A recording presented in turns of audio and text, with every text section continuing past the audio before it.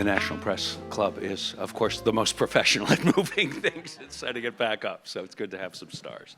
My name is James Stoner. I'm going to chair this panel this evening. I'm also a member of the jury. You've met Kristen Waggoner.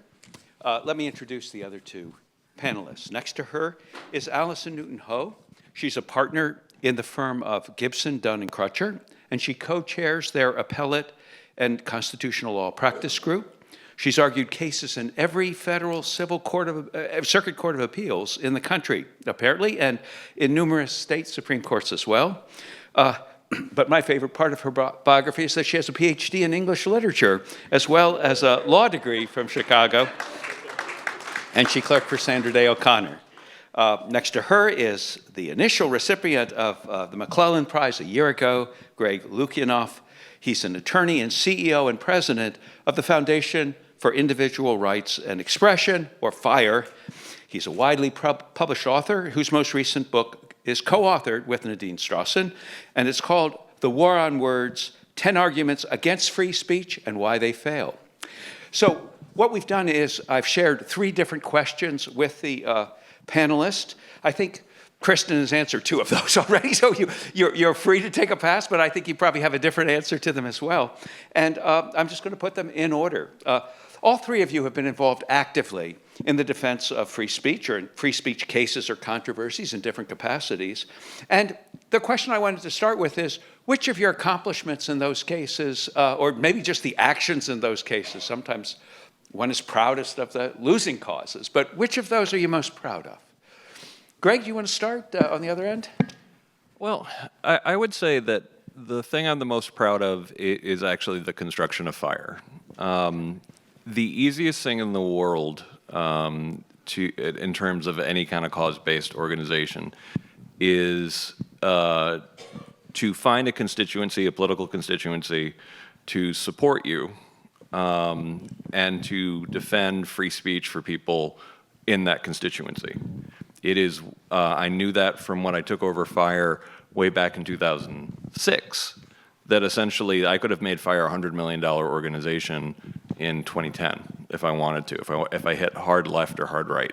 It is wildly harder to actually anger left and right all the time.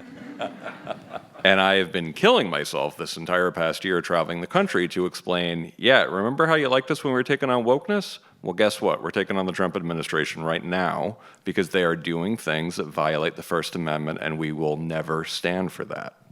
So I think getting a team together and a board together that will actually support each other in that, even if it means that it's going to cost us millions of dollars, is something that is very rare and very, very special. So that's my proudest accomplishment. Allyson? Sure. So thank you so much. It's a great pleasure and honor to be here, especially to honor Kristen. So congratulations for tonight. You know, causes and cases are a little bit like your children, right? It's hard to pick a favorite or talk about just one. So I'll talk about the one that I'm doing now. 2 weeks from today, I will have the privilege of standing at the podium in the Supreme Court of the United States on behalf of Gabriel Olivier.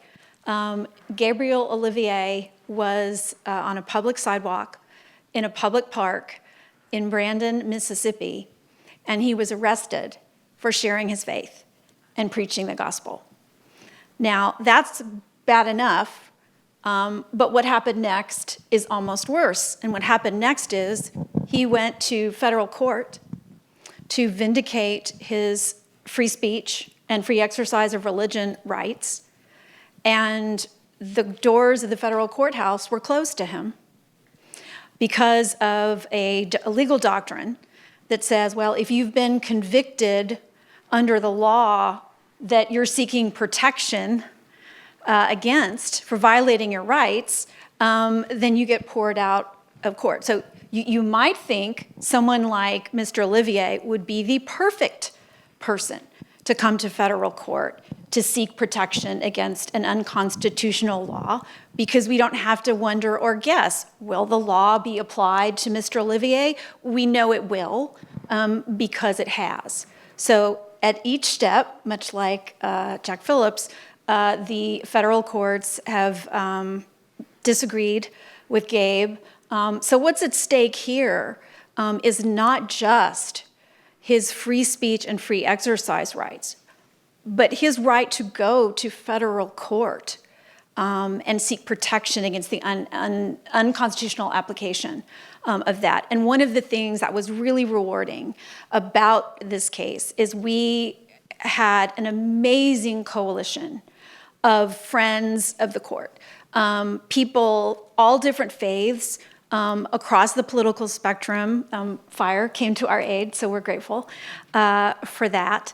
A whole community coming, and much like Kristen spoke of, people who may disagree, but who came together to support Gabe in standing up. And so I think it is just such a great honor and a privilege to be able to stand up for ordinary Americans who are displaying incredible courage, to have the privilege of being able to stand up for them, because they are the ones who are standing up for all of us, for our rights, and to be able to turn the favor in some sense.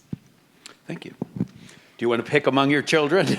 Well, I think I would just say, when I think about the history, it's easy to think about Masterpiece and 303 as sort of two bookends, but I think what I'm most pleased about is endurance, not on a personal level, but on an organizational level and in the movement, because the Jack Phillips saga started in 2012 with a number of cases, and there were about 24 cases that were litigated over the course of about an 11-year period until that final victory came. And along the way, we had 7 free speech Supreme Court cases that had to be decided to build out the framework that was necessary. And I think it's just a good reminder that the best things that happen usually don't happen in a moment, and they're not easy. And so endurance and tenacity and commitment is what we need to do in order to retain the permanent things. Sometimes the critics of free speech present it as just performative, that both sides get to say their part, but nobody really listens to each other. And so my second question to you is, can you think of an instance where either in a case you were involved in or an issue you were involved in, or maybe just in a forum that you were part of the audience of, or maybe a debater in, you ever changed your mind as a result of someone speaking freely and powerfully about an issue that maybe you went in thinking it was settled? I mean, all the time. One of the central. I come at free speech from a different kind of perspective, and I come at very much from like an epistemological standpoint. That essentially none of us are all that clever. Truth is hard to know. And that essentially we do actually try to practice that kind of like intellectual humility at FIRE, all the time. So I'm constantly, realizing, oh wow, I was really wrong about that, huh? And we actually practice within FIRE.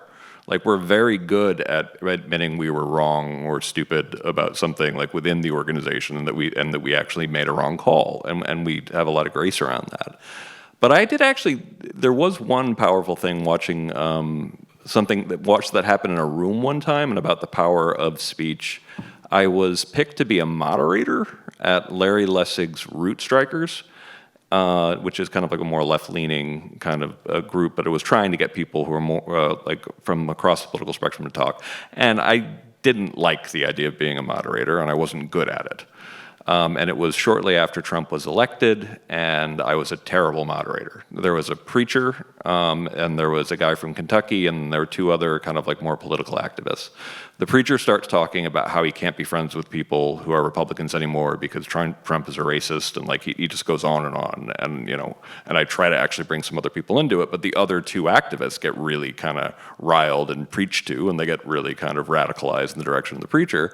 And I'm like, oh my God, I'm completely blowing this. And I finally get the guy from Kentucky to say something, and he just he's real quiet, and he's looking down, and he says, "Listen, I hear everything you're saying about Trump. I'm not much of a fan of the man either, myself, but you got to understand this.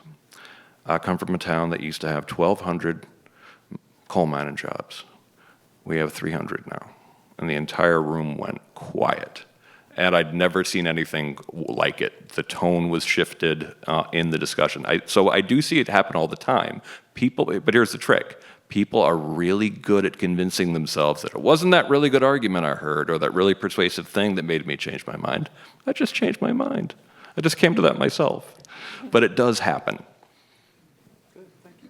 Either of the others of you? I would just say there are many times when speech has refined my ideas through the litigation process, through moot courts, through all kinds of things where you refine the ideas or the positions that you make. But I think the biggest lesson that and it also I think creates empathy and helps you see things from another perspective. And while it might not change the bottom line, it does change how you approach the bottom line. I think about it in terms of telling our clients stories. I can remember one moment where there was a debate, and one of our clients was at the debate, and one of our attorneys was at the debate, and the attorney was getting absolutely nowhere. And as the client began to share her story, the room moved in the moment. And I think that's the power of speech as well. It's not just about ideas, but it's about making human connection and relationships. So I'll share an example of when, in the course of representing someone, my view changed. And one of my very first cases that I was privileged to work on in the free speech context was student speech. In fact, a high school student. And I have to confess, when I came to the case, I was thrilled to get the chance to work on it, but I sort of thought, kids should be seen and not heard, and it was about a T-shirt, for heaven's sakes. Like, really? Like, we're going to go to federal court about someone wanting to wear a political slogan on a T-shirt? And over the years that I spent in that representation, the two things that stood out to me, one that was shocking was the degree to which the attorneys for the school district, for the government-run school, would really stop at nothing to enforce their will on this student, to the extent that they would go around and try to drum up stuff. They'd talk to his teachers. They'd talk to his classmates to try to get things. And that was very eye-opening for me.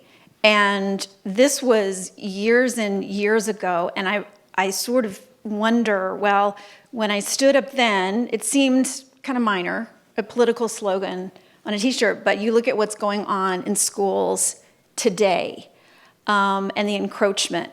And so I'm glad that I was able to play a small part, because I do think there was sort of an attitude of, oh, it's just a T-shirt, or it's just this, or it's just that. And when you don't stand up, and it was so hard. It was hard for the student and his family. They lived in a small town, and they really felt like everybody was against them, and everybody almost was against them. And that really changed my mind, because I saw, when government is involved, whether it's a bureaucrat or a government-run school administrator, the threat to free speech and free exercise is no less. And in fact, because these are students, these are the next generation, in fact, the stakes, I would argue, are even higher with them. There was just one quote this reminded me of. It's one of my favorites from Einstein. Is there was a book written after relativity came out, because Einstein's science was claimed to be Jewish science, too difficult to understand, couldn't possibly be true. And there was a book called 100 Scientists Against Einstein, and he said, if I was wrong, it would have taken one. That's great. That's great. The third question I had is, what do you see as the least recognized threat to free speech today? We've talked about a lot of the widely recognized threats, but what's been overlooked, either tonight or more generally? Algorithmic discrimination laws against artificial intelligence. These are not. I can always go obscure, but okay. That's what I asked you to do. To be fair, yes. But as far as like something that everybody should be genuinely freaked out about. So a number of states have passed this, including Texas, by the way, and it was supported by a Republican who I think he just liked it because he was going to be like the czar of like what was acceptable at like AI companies. Like I don't understand the motivation here because it's very much an EU style, and I do mean that as an insult, an EU style piece of legislation. And the idea is that if I read something on AI, and then I go engage in discriminatory behavior, the LLM is the one that is liable for my discriminatory behavior.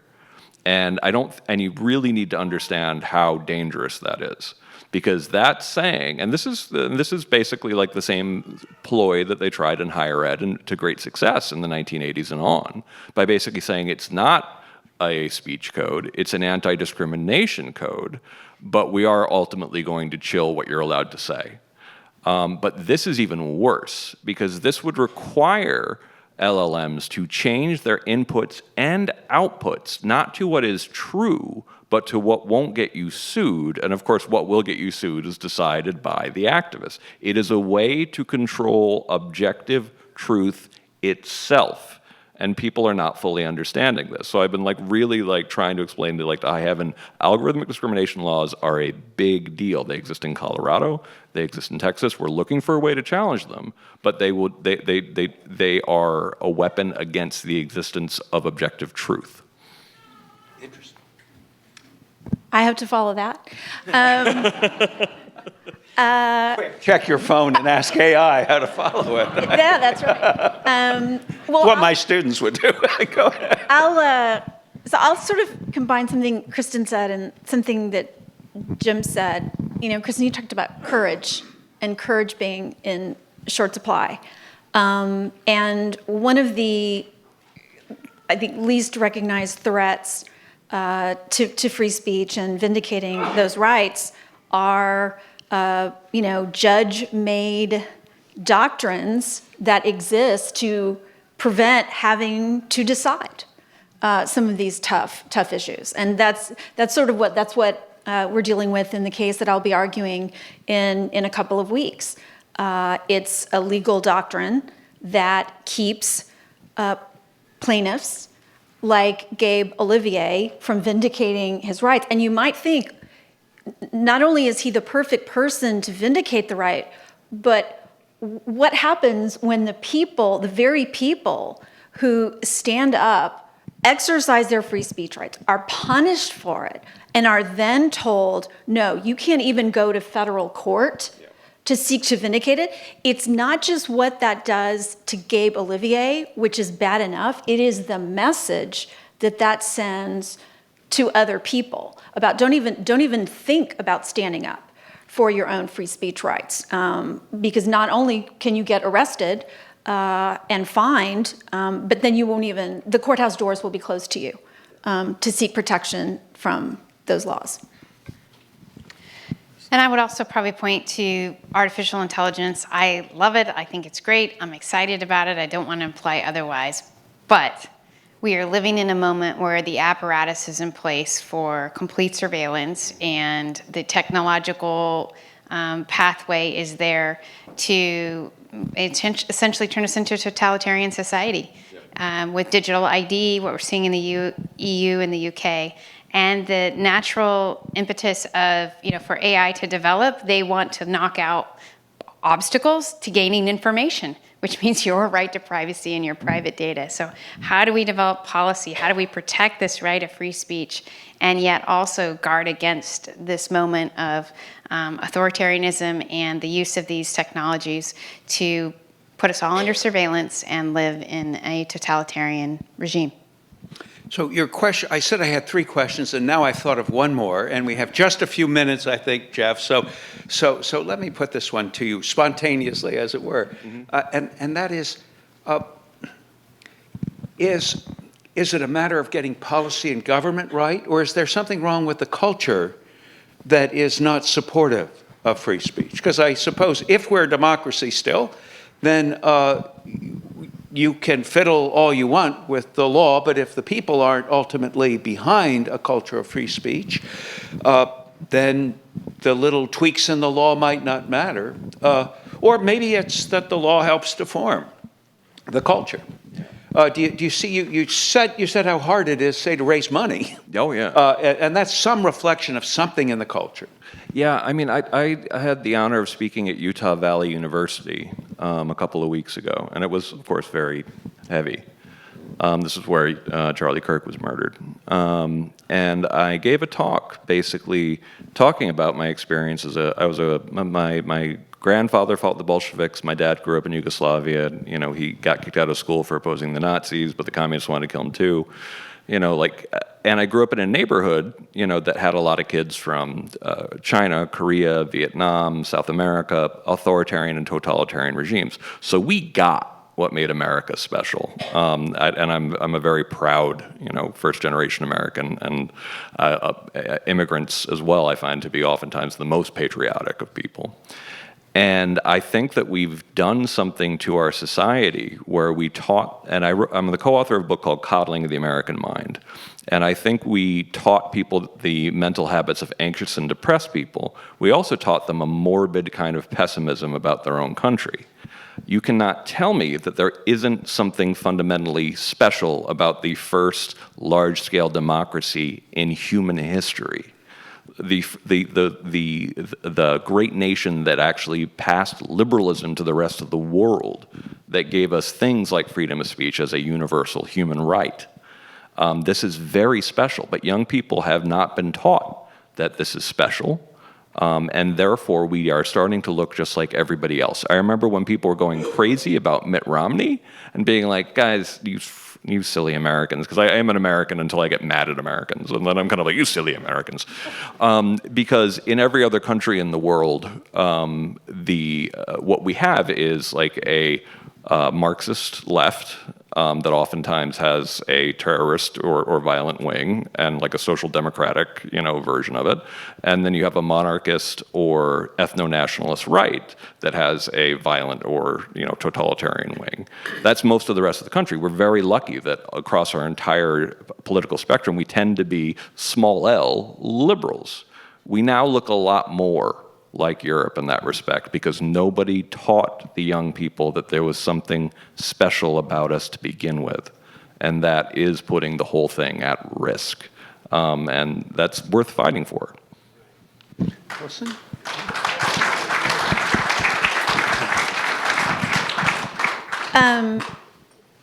Well, to quote Forrest Gump, it's both, right? It's you can't fix one without fixing the other.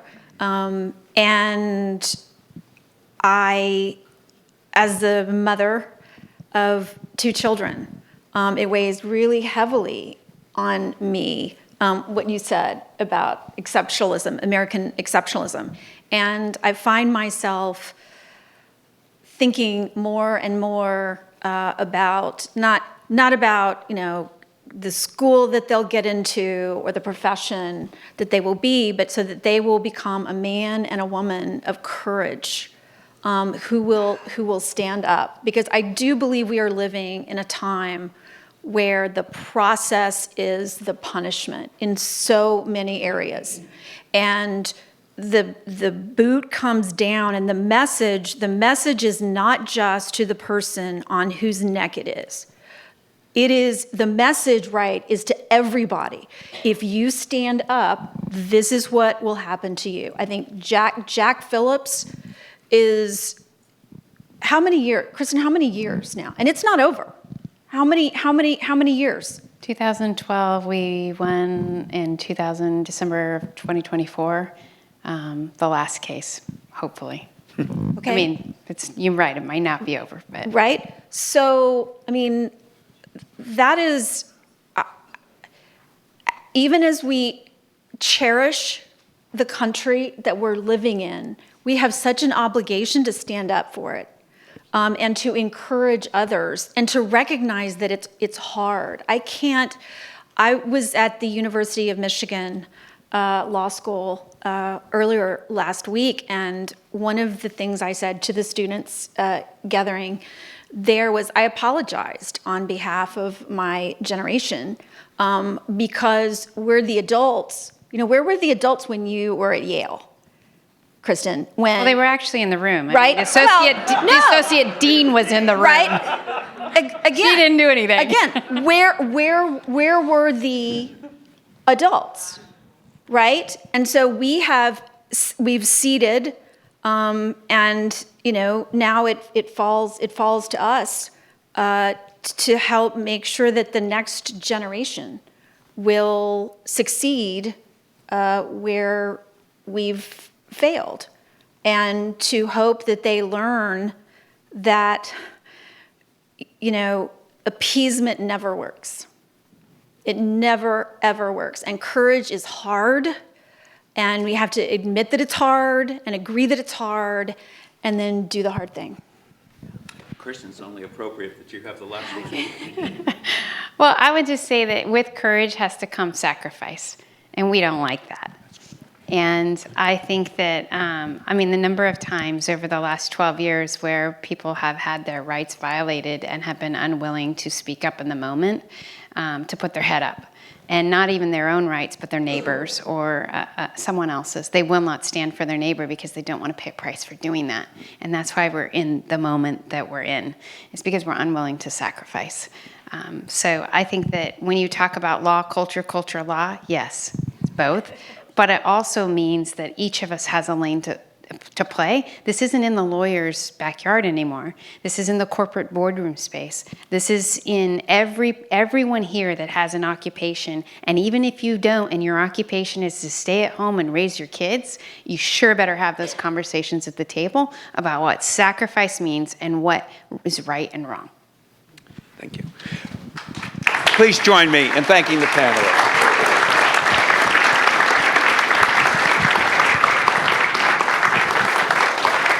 We're good.